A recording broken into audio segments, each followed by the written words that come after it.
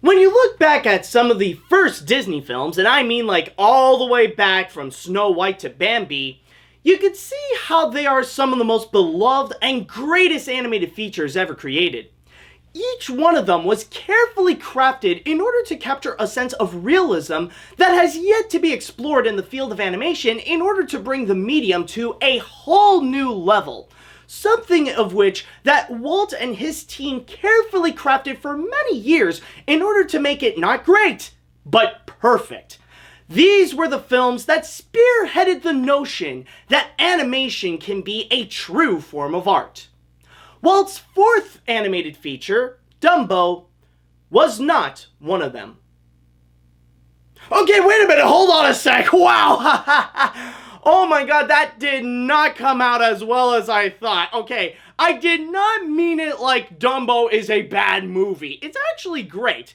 Now, what I meant to say there was that Dumbo became a beloved animated feature in a way that is completely different than the other movies made by Disney at the time.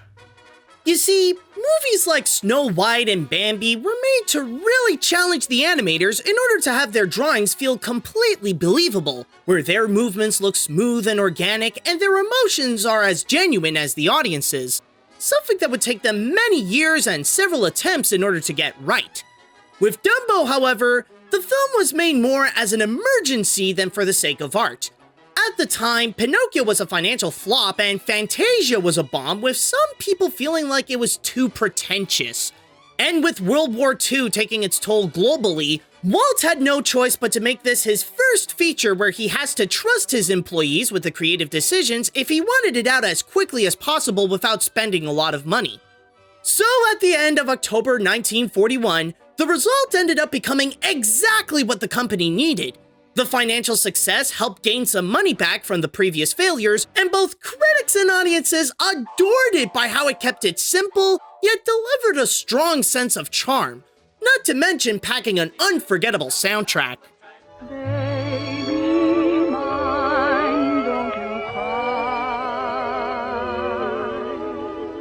The best way to describe Dumbo and how it became a beloved classic is that it was built not like an actual movie, but rather like an hour-long silly symphony cartoon, where the movie's tone, story structure, and art style can be a lot more comparable to something like The Three Little Pigs or The Tortoise and the Hare than actually something like Fantasia or Bambi. It wasn't aiming for any high artistic achievement, but rather to just be something sweet and heartfelt. If there was any artistic goal that Dumbo wanted to master, it would be the art of simplicity. How the story of a baby elephant in the circus who teams up with a little mouse could have a massive impact in the Disney company. In fact, I could just tell you right now that the ride at the Disney parks, you know, Dumbo the Flying Elephant, that thing alone is a true testament to Dumbo's legacy at Disney right there. But with all that said, considering all the animated wonder, the charm, and the memorable moments that Dumbo has delivered throughout the decades, there is still one question to ask here. How the fridge can you turn Dumbo into a live-action remake? Seriously, how can you take a film where most of its characters are talking elephants and a smart aleck mouse and bring that in a live-action environment? This is one of those movies that was built exclusively for animation. You can't just bring in a bunch of live actors and CGI to solve all your problems. And don't even get me started on the people making it. That just makes this sound like a complete Mad Lib of a movie. Alright guys, listen up. We got a new movie coming up and we need to plan this out. So, the next movie shall be from Tim Burton. So it's going to be a Tim Burton movie.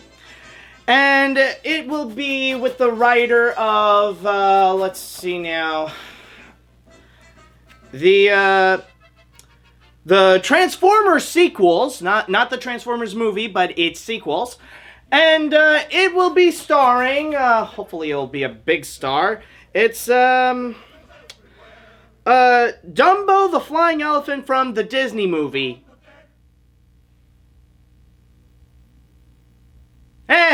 Tim's done weirder.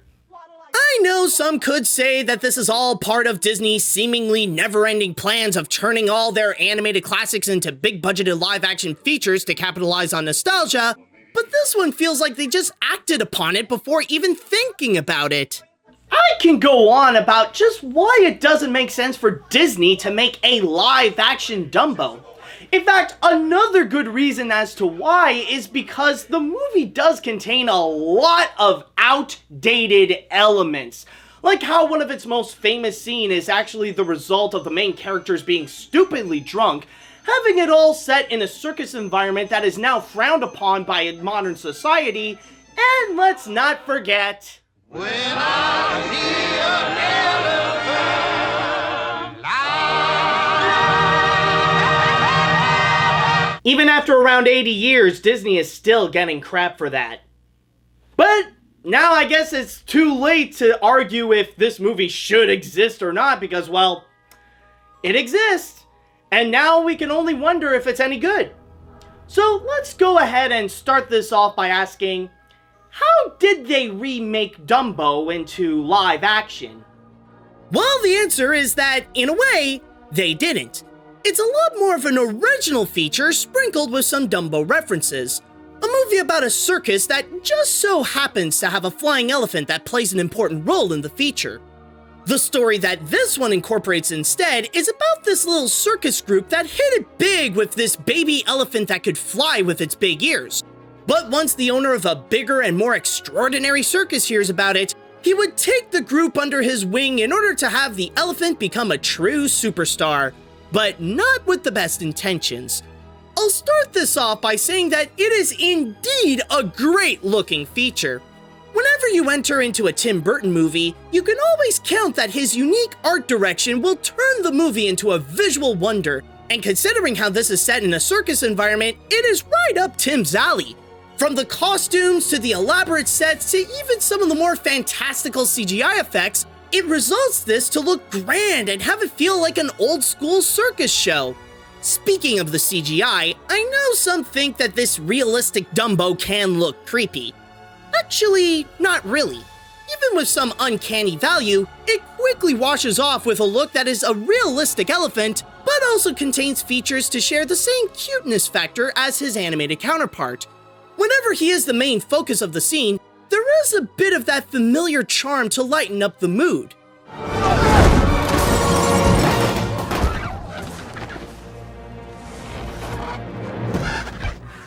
But Dumbo is not the only show stealer here. I'll admit that, for the most part, the actors are alright, but it's the Burton veterans that stand out the most.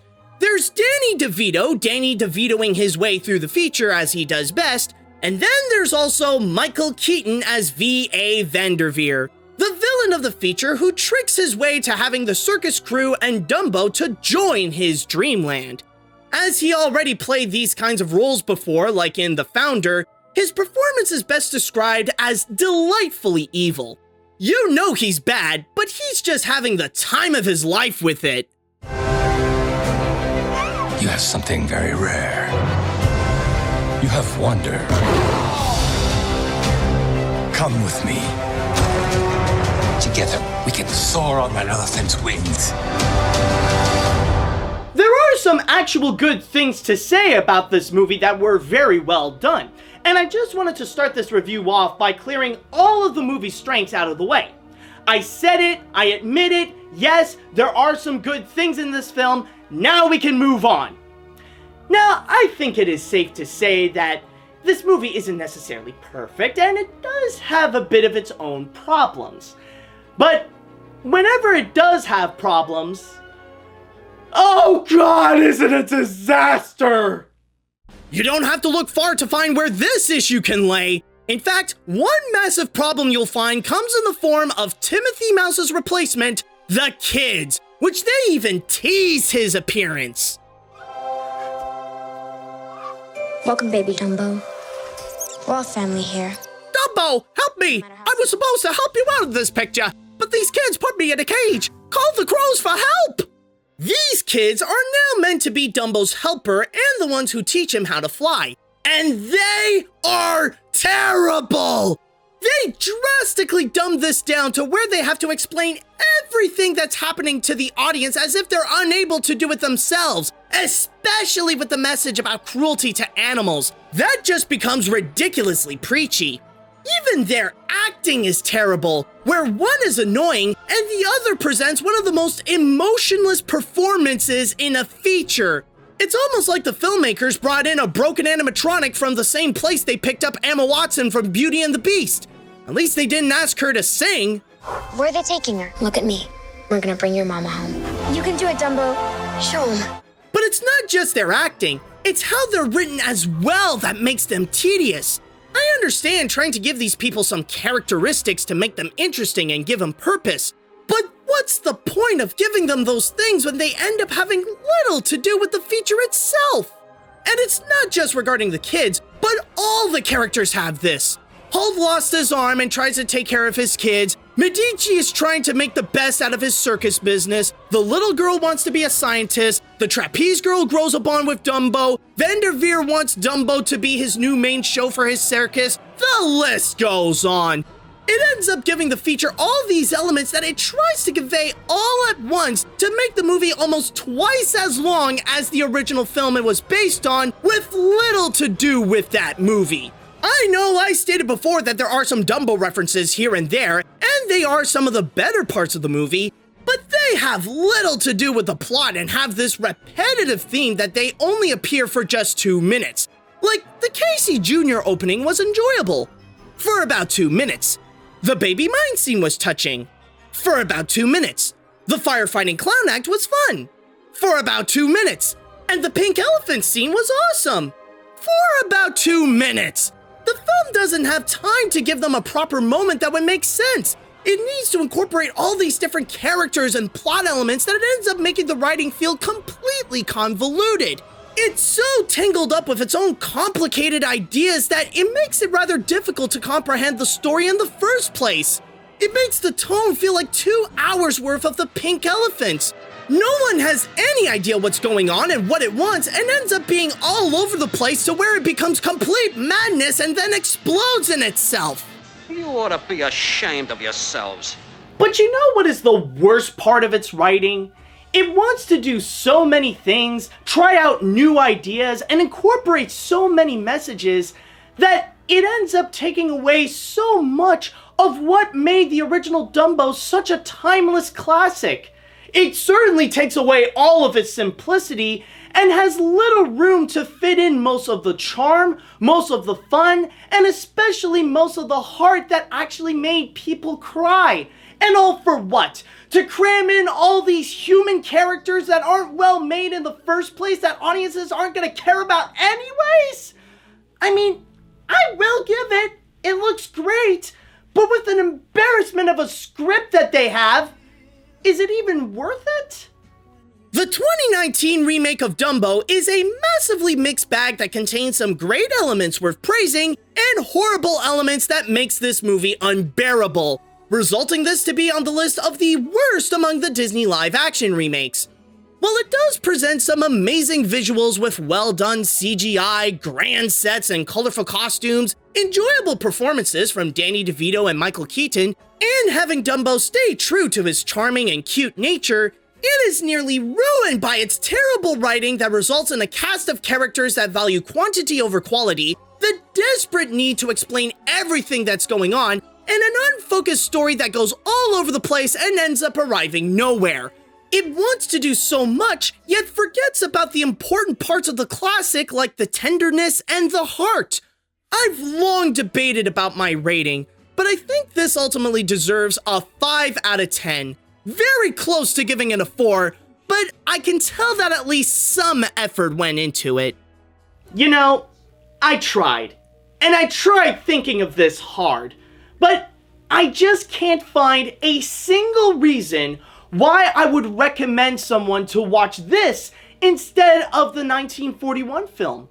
I mean, the latter is just superior in every single way. Like, really, think about it. The animated Dumbo is half as long, so you would save a lot of time. It only has one story, and it is very straightforward. Kids can really enjoy it, and the movie doesn't dumb itself down in order to achieve that.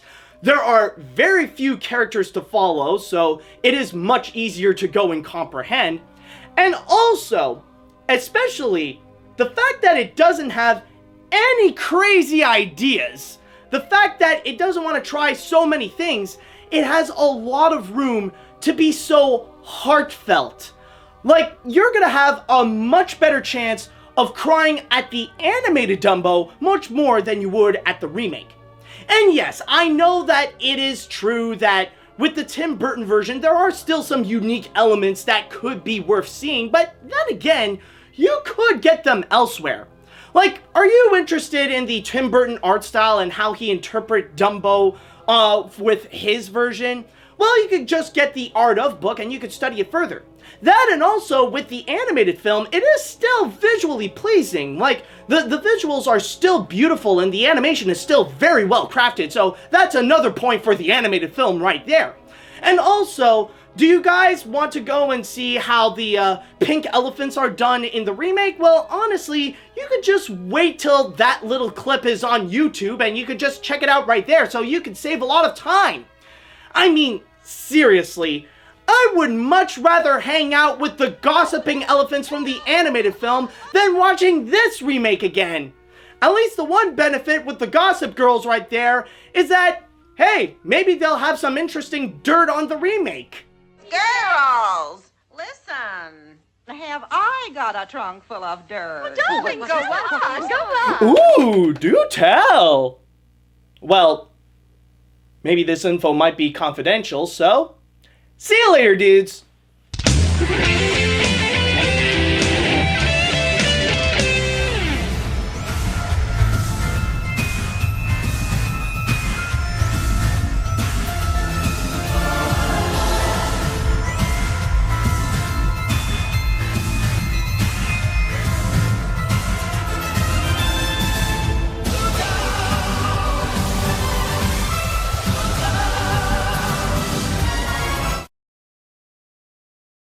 What is that?